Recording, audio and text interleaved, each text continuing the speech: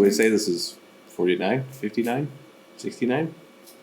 So, I don't know. Podcast 100. Yeah, that one. We're doing this about. What's your introduction?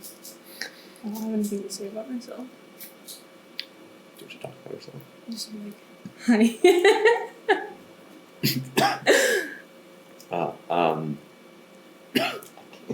This is gonna be so difficult. I don't know why I'm coughing so much all of a sudden. Do you want hot coffee? No. It's not gonna happen. We were making this one about food and how it affects you mentally. The mental aspect and effect that food can have on you and restricting yourself of such food and what it can do to you in the long term. Habits and what it can do to your body and mental health and stuff like that. Right? Concur? Whatever you say. We knew whatever I said. That's not how this works. This is a 2-person job here. So I don't think I've actually ever asked for you what it is that you went to school for. You mentioned it a little bit earlier, but like, what was it completely? Literally 4 years of food science and nutrition. Yes. What does that entail? What do you mean? Like, what is it that you do with that? What did you learn? Why did you go? Currently I work in eating disorders. Right. But like before that, it was like, could be like nutrition coaching. I worked in hospitals, dialysis clinics, gyms. Where else was I at? I should know this. I was at like daycares doing like state nutrition things. You were like making like meal plans, nutrition plans, and like menus and educations, basically to meet like Ohio's standards. Oh, like making sure. Got it. Prenatal clinics, a little bit of everything, honestly.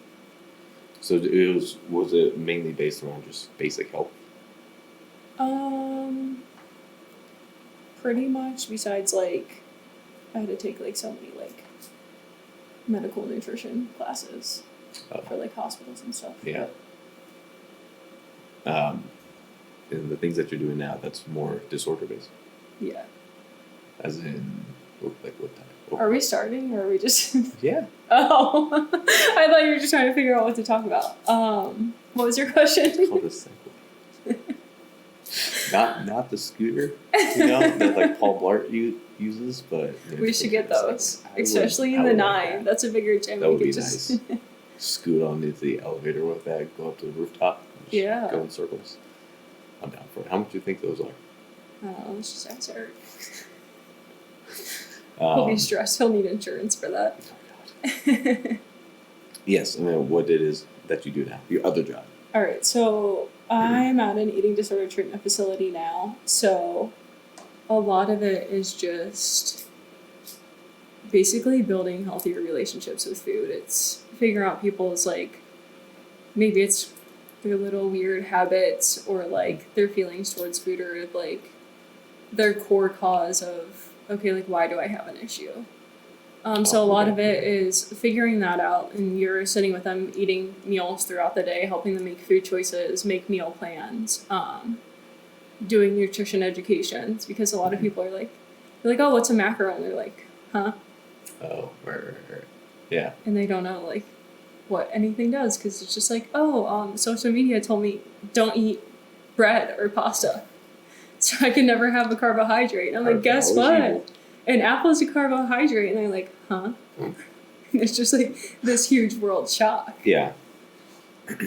So I would at least think, or at least myself when growing up, you would think stuff like food clinics, things that there's actual like exercises having to be done with food, but it's more on the mental side of things, right?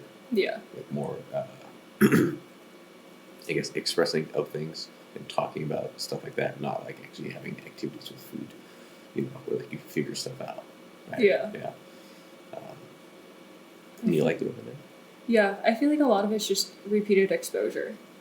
Oh yeah, So, getting just people to get used to more of the things around them. yeah, even if it's just like sitting on a plate in front of you or like just touching it, which I know like sounds like, Just poking oh, some like food. whatever, like, but it's Yeah, an issue for some people. there's a lot of I feel like weird issues when it comes to food that you wouldn't expect. Like for you, what irrational fear? Was it sour cream? Sour cream, mayo, anything like that. Why are we afraid of it? I don't know. Is it the look? The look, the smell, the concept, just The smell I can agree it's a with. food judgment. I'm working on it. Is it just those? Yeah, No, not other. I've never been picky, I guess. Do you still eat them at all or no? Eat what? The sour cream. I've never stuff. tried it. Oh no, you never had it. I've never And tried yet you're sour terrified cream. of it. Yes, I am. Interesting. It's a Huh. weird thing. Do we need to have food counseling for food? Maybe. Yeah. I'm about to admit myself to my own work. I think that would. I think you definitely should admit yourself. I can't say where. But you should definitely go somewhere. Well, I guess we should get on the main topic of things, shouldn't we? Granted, that was all main topic stuff. Tell me about you. I don't wanna. Well, I guess diving into the whole. Excuse me, it's gonna happen all day. It's a whole having bad feelings towards food and food's evil and certain foods that you shouldn't have, foods you should stay away from. I know for myself personally, when doing my 5 years of competing, I never had any issue with food before doing that. You know, food was fine. I enjoyed it. I never thought about anything. But going and restricting yourself for so long, for such extreme, periods of times, and then kind of stepping away from that, and especially stepping away from it without someone to kind of like coach you back into like what normal is. Um, the thought of this food is bad, I can't have it. It's not gonna make me look aesthetic. It's not gonna make me look as in shape, as lean, stuff like that. I can't have it because it's gonna be bad. That was like a day-to-day thing, and instead of going back to like normal routines of just eating food because I was hungry, it was like I have to eat this meal. It has to weigh this much. It can't At be this over. time. It can't be over. If it's a gram over, then that's more than what my body's going to allow it, and I can't have that. It was the same foods on repeat. Like you asked how I don't go out much. This is why. I just never went and experienced things. I mean, I took my scale to restaurants when I went out because I was worried about it being over, what I should have. My family hated it, made fun of me all the time for it, but I did it because it made me feel better at the time. But and it got to the point of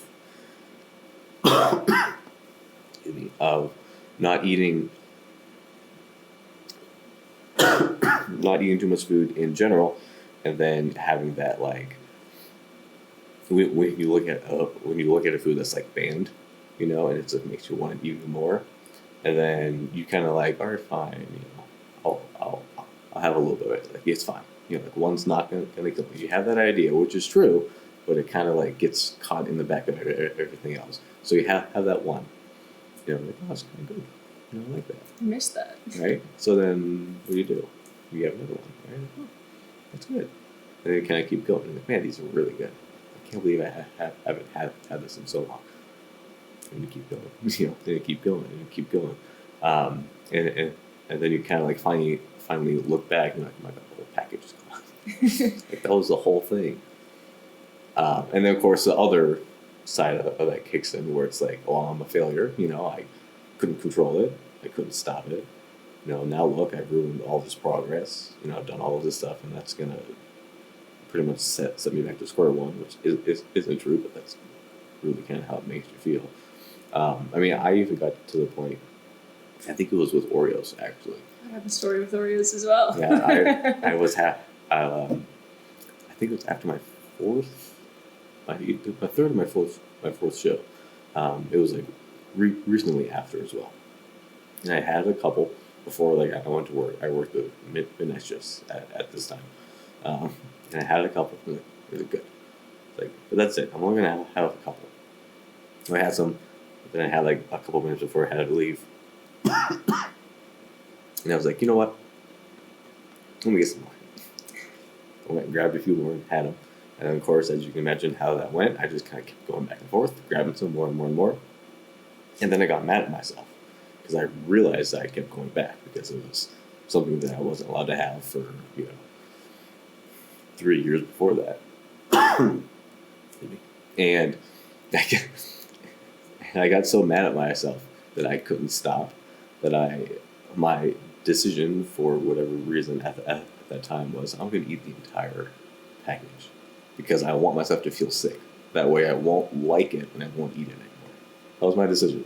I don't know why, but that's common. That's what came up. So that's what I did. I force fed myself all of it.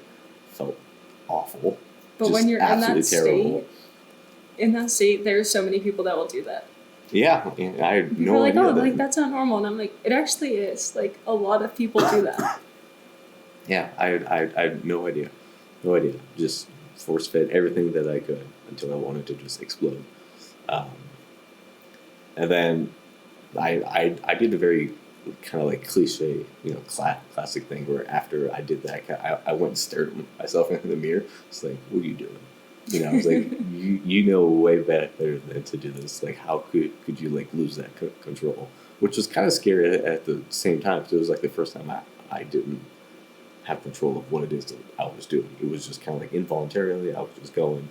And then I kind of took that as like my lowest point of being like, we're going to get back on track and kind of start things. Now, luckily, being that time, I was still in the fitness realm and training, so like I knew what to do to get on track.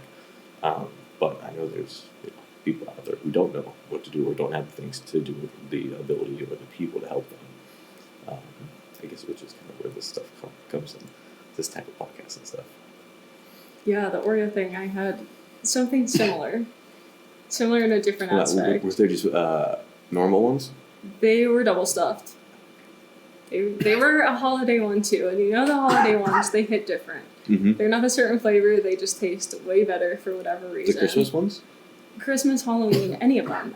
Like, I just bought the Spooky Oreos. And I'm like, these are better than the originals. And I was like, well, what's the flavor? I'm like, original flavor, but like, they're just different. Oreo flavor. So when I was training at Sway, like playing sports, like you have this, like, want to be like this perfect athlete, like follow your workouts, practices, like perfect meal plan, whatever. And in reality, you're working out 6-7 hours a day. And I was like, I want an Oreo. The Oreo would not have affected me in any way. I was just like I literally just wanted one. And then I like look at my app because I used to like track all my food, everything like that, and it just becomes like so toxic and you don't realize it at some point. Yeah. Like you just like lose control, and I'm like, oh, like I don't have enough to like have it. And I literally went on a run. My family's like, this isn't serious. Like, you want one Oreo, by the time like you go to sleep, like those calories are already gonna be burned. Like, telling me I'm crazy. I'm like, no, like you don't get it. So I literally go on a run. I come back to eat it, and it's literally the last one in the pack, and it's gone. Oh, no. And my dad had ate it, and he's like, that is ridiculous. Like, you should have just had it. Like, instead you went to run around the block one time. Like, that's stupid. That's why I'm like, right. Like, did he have it on purpose? Yeah, because he knew that's what I was going on the run for at 10:30 at night when I was already like getting ready to go to sleep. I would have thrown hands at my dad. I definitely wanted to, but it makes you realize how ridiculous you are when it comes to something like so minor, and that's when you're like, oh, I don't have control at all. Well, I know the whole following, macros and calories thing is as great as it is. A lot of people, even myself, fall into that trap of like, here's this number, I have to hit it, and if I'm above it, then like everything falls apart. And it took years for me to finally realize that there's like a range of things, and it's not just one set number. Numbers are great; they're good to follow, but like you don't have to live by it. Do you still have that issue now? No. No. I think. Do you even track your food now still? I don't. Maybe like through phases if there's like something I'm trying to do, but nothing. Oh, okay, but not like normally. Yeah. So I feel like I just see like doing what I do. I feel like it's almost like I have to Oh, kind of practice what I I mean, preach. Like sometimes I'll track, but it's not like an exact measurement. Like I'll eyeball it, but like it's to the point where it's like you were weighing. You're like yeah, an exact right. measurement on everything. Where it's like, okay, like I know what a couple tablespoons are. I know what a cup looks like, but I'm not gonna sit here and level something off and weigh it. Mm-hmm. Right, yeah. Um, I still track my food now, not like religiously though. I mainly just track my proteins and everything else to kind of just, I may do like a few here and there just to kind of get like a baseline, and then I'll really go off and do it on my own. But I only I was still tracking things religiously until like maybe like 2019. Like it was since 2015 when I started all the way to 2019 was tracking every day, exact amount of everything, only drinking water, nothing else. Mm-hmm. Barely any seasoning on anything. No like enjoyment. Well, I mean, I enjoyed the challenge and the aspect of competing and all that stuff, but um, And I think that's part of it. You like chase this high and like you're seeing yeah, results and you're like, yeah, like, and you keep yeah, going. And oh then it yeah. finally hits where you're like, I'm Well, I unwell. mean, it's one of those things that you just never think about. Like everyone knows how to eat. Like, how can you have a problem with that? It's like almost natural. It's just like who you are as a human. So, like, why all of a sudden would you think that going back to that is going to be like an issue? Like, you won't think that that's like a problem. Um, but surprisingly, one of the biggest problems. Yeah. And I mean, even now, I still, that's why I only I only eat certain things now just because of how it makes me feel. Because I think all of the extreme ups and downs kind of like ruin my stomach a bit. So it's very like fragile at times, And eating things that I'm not used to tend to like really just kind of make me feel terrible.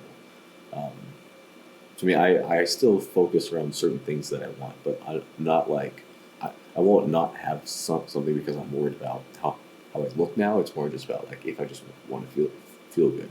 Mm-hmm. But I pretty much know most things that are going to upset me, and I can plan for that ahead of time, and and I can kind of like be good and move on and not worry about it. But I know, excuse me, one of the big things is that, which I'm sure you can um, agree to it, is that the the whole people having issues with eating seems to be dominant in like women more than men. Like, do you tend to get more females at your work than guys? We definitely do. There's definitely been times where like the house is split. And I Yeah. feel like a lot of it is just people don't recognize it as much in men. Like Oh it's yeah, not diagnosed as much, as not as talked about, but it's still so yeah. It's prevalent. still just as big. Um, which because we all know that food issues are more than just people eating. It's a lot of mental things and a lot of stuff going on there. So I think it does kind of make sense in the realm that guys are the best when it comes to expressing things. Mm-hmm. So you're not, I don't think, going to see things as much as you would in women who express things a little bit more. People Um, not recognizing it. Just like mental health wise, eating disorders is actually the second leading cause of death in mental health mm, disorders, mhm. which I feel like always surprises people. It is. It is. It's very surprising, and if it's it's one of those things that's never like talked about either. Yeah. If you look up any sort of like death statistic in any way, it's always car accidents, like cardiovascular disease, and whatever the third and fourth ones are. But there's Cancer. never like anything like Yeah. about food or mental health or anything like that. Which I think is unfortunate. I think you need to make we should do a campaign. Let's do We should it. go around in like one of those big buses with like a megaphone and just start spreading just information all over. I feel like now it's getting a little bit better talked about now and then, where before Like, I feel like even a couple of years ago, people were like, oh, like, what's that? We're like, it's slowly coming. I feel like, I don't know, I feel like sometimes social media, it's dying down, like, a little bit, like, certain trends, but then, like, something new pops up and you're like, why are we still on this? Like, Yes, social media is such a great and terrible thing all at the same time. Which you're not on any socials, and I'm not either. One, because I just can't stand to look at the world every we don't day. exist to the world. It's just it's too sad and depressing. But it's amazing how even with all the information that we have, all the fact checking, all the research, all the studies that have been done, there's still people that go out there and push this, like, bread is bad, eggs are bad, beef is bad, like rice is bad, fruit is bad, like olive oil is bad, and Everything. then their solution is, well, buy my program, and I'll figure out what food is good. It's like, that's not. You're just you're just trying to make money. It has nothing to do with food. I don't know. It's wild that people still want to try and, like, capitalize on stuff like that, and they still get away with it. And what's even more amazing is that people believe it. Like shakes. Like the random nutrition shop Oh, places. yeah, those. Sorry if you own one of those. Certain supplements, multivitamins, stuff like that, right? There was what are they called? Hold on a second. Herbalife. Yeah, that's what I'm talking about. Yeah. Like, I feel like all of those, like, Mayfield Nutrition, Menor Nutrition, like, all of those places sell the same exact Herbalife shakes. They are everywhere. There's a lot back home in, like, Youngstown. Mm-hmm. And there was one that opened up in Salem, where I was. I feel like they're in almost every city now. It's almost like it. But when they opened up, the people of Salem went wild. They were like, "It's the best thing ever. Tastes so good. I feel so good." And like this, like getting like 2, 3 of them a day, just like constantly over and over and over again. And it's like, it's not good. Not to live off It's not. And then at the time, of course, not trying to give away too much information, but a past client at a gym that I worked at was she was on Herbalife. She had like 4 shakes a day or something, and she lost like a lot of weight. Like, actually did. I want to say she did it for like maybe 3-5 years or something. Oh my gosh. Just like every day, and then she got diagnosed with breast cancer, and it wasn't until after the fact that when she was going back and kind of like rearranging her diet and getting everything back in order, that just out of the blue she decided just to look it up, and it said on the label, may produce breast cancer cells, like, for it. And it was like, there's the answer. But I don't think they've changed the product since then. I think it's just been the same product. Because people still buy over it. and over and over again. And from what I even understand from them as a company, they're not good. They're not good at all. There's a lot of schemy stuff going on. There's some really good documentaries and like reports about it. I haven't read or listened to all of them because I don't have time for that. But from the few things that I have heard is that they are, they're not a good company to work for, to be a part of, to buy things for anything. You don't drink them? No, can't say that I do. Not even once? Never tried it? I had a sip of someone's one time. Was it one of the shakes? Never had a full shake, but I did have a sip. Yeah? And it didn't convince you? No, it wasn't really my thing. I'll choose to keep eating regular meals. You don't like shakes in general? I like shakes in the morning sometimes. Yeah? Like afternoon, maybe just like a smoothie or like protein bowl. Shout out to Jeremy. Let's be vegan, right? They're the best. What really is the best? I don't know, you're picky, so. Oh, got me. Now you want to change the topic? ignoring that, do you have are there any more instances on your own life when you had kind of like the Oreo thing, like any more of those? Like has that been a frequent thing going through your athletic career? Um, yeah, I feel like there's been like a lot of things, just like the crazy tracking, like you experienced, Mm-hmm. because it's like you see the results and you just like keep going. You're like, Right. oh, like Yeah. this little thing, like I'm gonna gain 10 pounds, or like I'm gonna be out of shape, and that's not how it works. Yeah. Like one day, one meal, it's not gonna kill you. No, not. I mean, usually even more than that. Usually Yeah. 2 days will be fine. Which people want to think and assume that if they go over, or even like under, that's gonna like change their physique and their goals naturally each time. Um, but it takes like what, weeks and like months of that. We're like doing it repeatedly to actually change anything. Um, I always thought that it was going to change the way that I looked.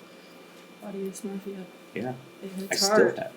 I still have it. Not I not feel not like- to the degree, but it's still there. I feel like once you experience it once, it's like one of those things always in the back of your head. It's just like this little like demon that you're just. Yeah, I also think that it's one of it's kind of like depression in the sense that like almost everyone kind of has it, at least at one point. Maybe not to the same degree, of course, but I mean I think it all started from when I force fed myself sweets, to not want them, and it was like 2 days after that I realized that the extra 10 pounds on the scale was actually fat. Like it wasn't just water weight, like it actually stayed. But that was immediately after a show, so like the result of what your body's going to do is a little bit different than if you're just some like normal living human.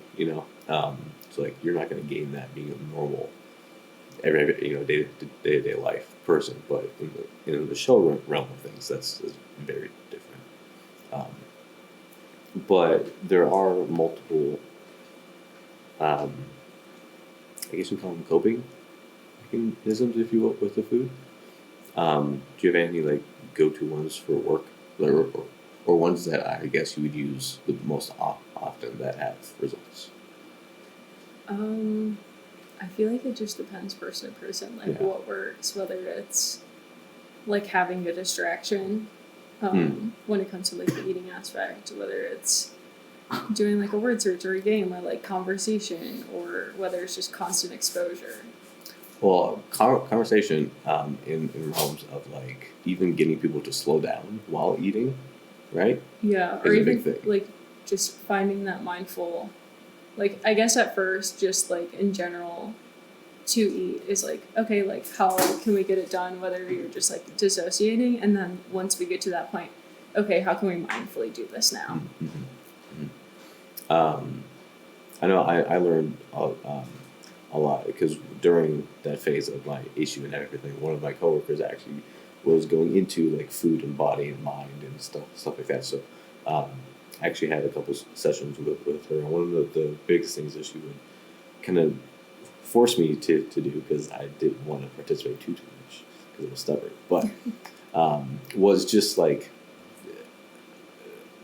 relating to being more in the present of things, like seeing how you feel while you're hungry, if you're actually going to eat, if you're going to eat the whole thing, if you feel like you have to, are you feeling full, you feeling like you want more, like just being more aware of what it is that you're doing in that moment, rather than like, I'm sitting on the couch, I'm looking at a TV, I'm just, shoveling stuff in my head, not even realizing that I'm like eating, in a sense.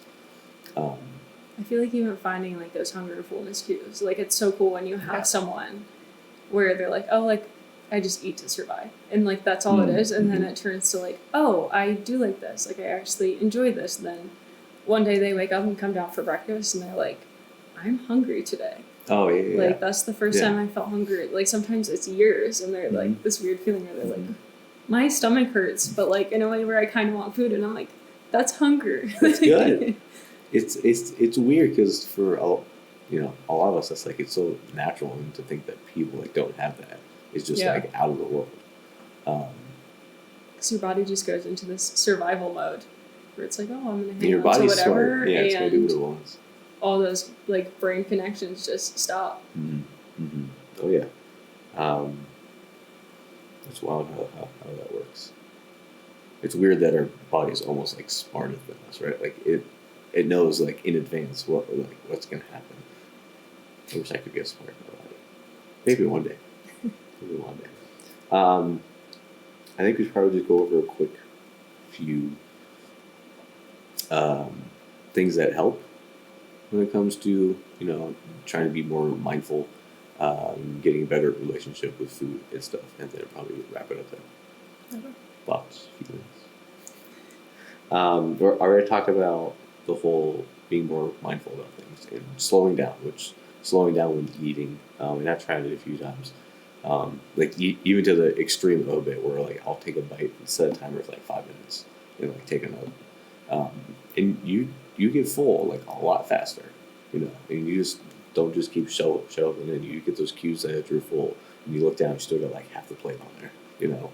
Yeah, it takes like 10-15 minutes for your brain to register, like from your stomach, like, oh, I'm okay. Most of the time, I've already eaten the entire plate and on second course before like a minute. It's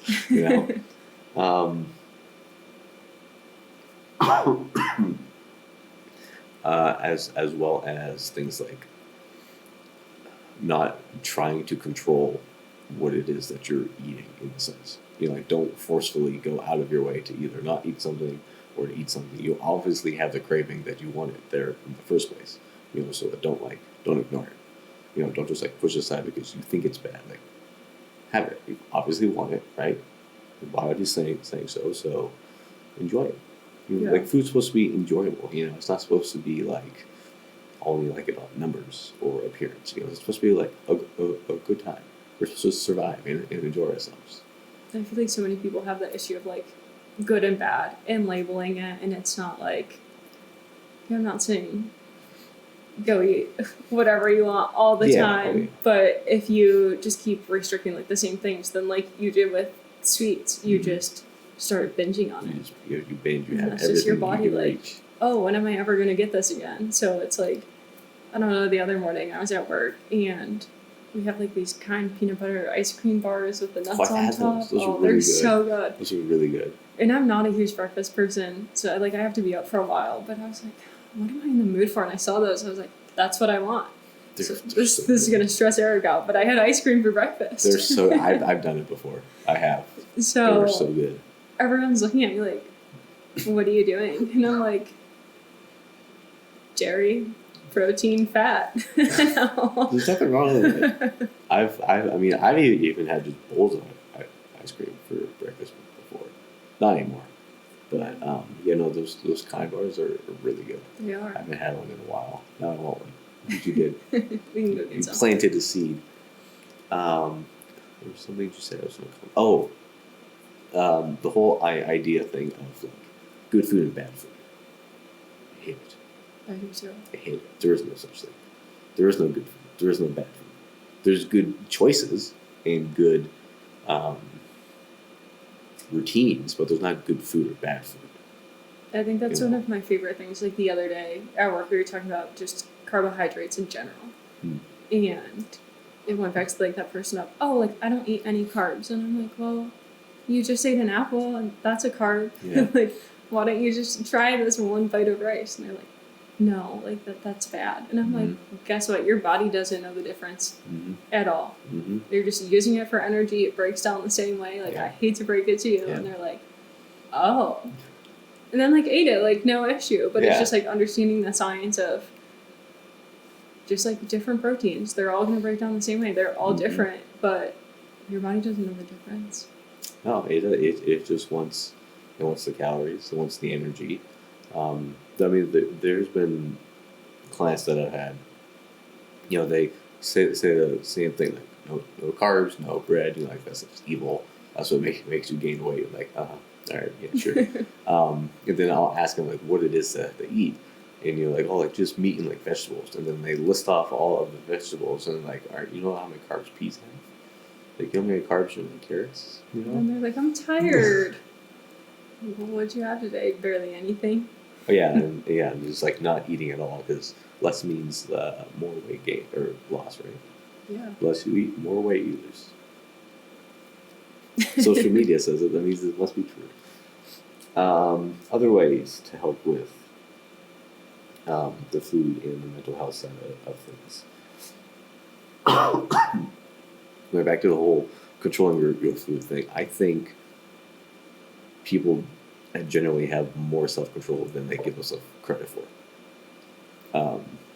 I think people, the idea of like, well, if I allow myself to eat that, then I'm just never gonna eat anything else. Like I'm only gonna eat this thing because it tastes good and it's my favorite.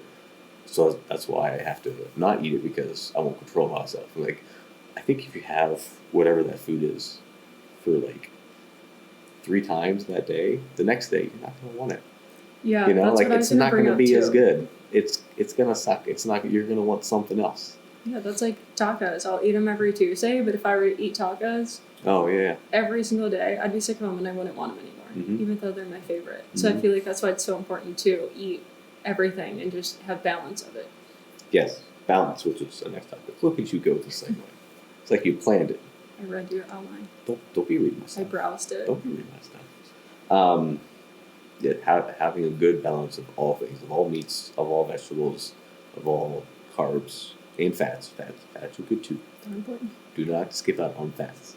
I went to a nutrition conference thing once, and the dietitian there said, like, you want to try and get every single color that you can, like, on your plate, like, all the time. Which was like, it's simple, but it was one of those like easy, like, eye-opening things. Like yeah, that makes sense. Like, why do I want to like restrict myself? Now, granted, people have things that they like and don't like. Trust me, I know. I am picky, but it's fine. You have an 8-year-old palate. Go ahead. As many possible colors that you can get, within your interest and everything should be a priority each meal.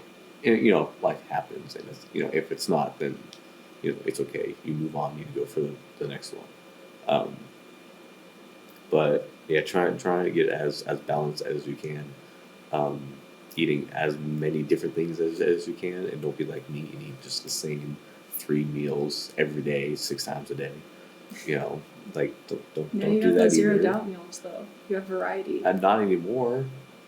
Client stole my meals. I don't have them anymore. He took them by accident. Now I don't have anything.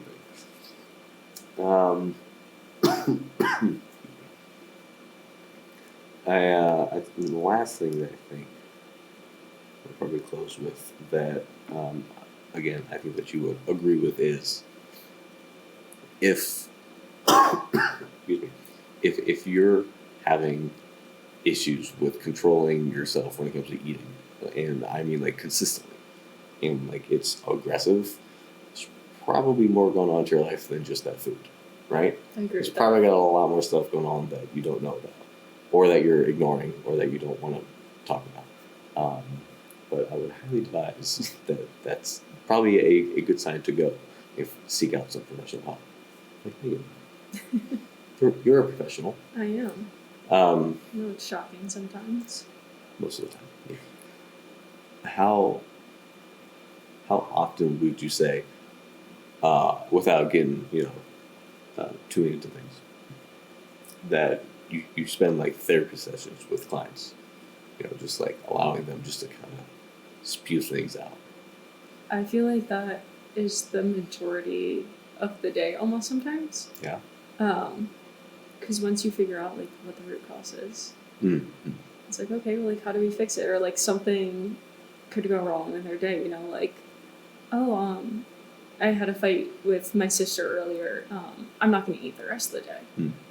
Well, how's that benefiting you? How's that fixing the problem? Right. Yeah. Yeah. And I feel like that's how a lot of the days will go. I can see that. Yeah. I mean, like, even here, there's no like food talk or anything, but there's, well, I shouldn't say that. There's a lot of food talk. But just like even in like their sessions, when clients will come in and ask like how they're doing, and sometimes it just starts right then and there. They just start rambling, about what's going on throughout their day, why they're stressed, and it usually like leads back to like, they have 7 things that they have to do like in 3 hours. Like, all right, well, are you gonna eat afterwards? Like, I still have time. Like, we need to eat that time. Like, why are we Takes 5 skipping out? minutes. It was like, well, I can, I can go by and grab something from like fast food. Like, no, not fast food. Like, take an extra 5 minutes and go somewhere else. Um, but there's so much just mental stress and weighing on everything that people don't slow down and realize. What it is they have to do, how simple it actually is. It's not out of your way. It's not that much harder. You just kind of like push yourself to like do it. You know. Yeah, if there's a lot of unhealthy eating habits occurring, I would highly recommend getting that looked at. Probably got a lot more going on mentally than you think. So no more Oreo binge. Me either. That goes for me too. Yeah, I don't even have Oreos. I don't even have food in my apartment, so you don't have to worry about that. All the snacks. I always got snacks. See, that's why we can't be neighbors. I'll just be able to just take none of your food. All right. Anything you want to add? Say comments, concerns. You talk so much. No, I think you did great. I did. I was dying old. Well, I've never done a podcast before, so I don't know how to close anything. Bye. Toodles. I guess. See you next time. Maybe. I don't think Jeremy's gonna want us to do another one. I think I'm on a podcast like next week. Are you? Yeah. Which one? Macronutrients Ooh, and toxins, I think. I don't know. well, that's what we're doing. Huh. That'll be interesting. Well, I guess we'll have to. Hopefully I'll be here for that mechanism corner. I'm calling you in. I think that's it. Toodles again. See ya.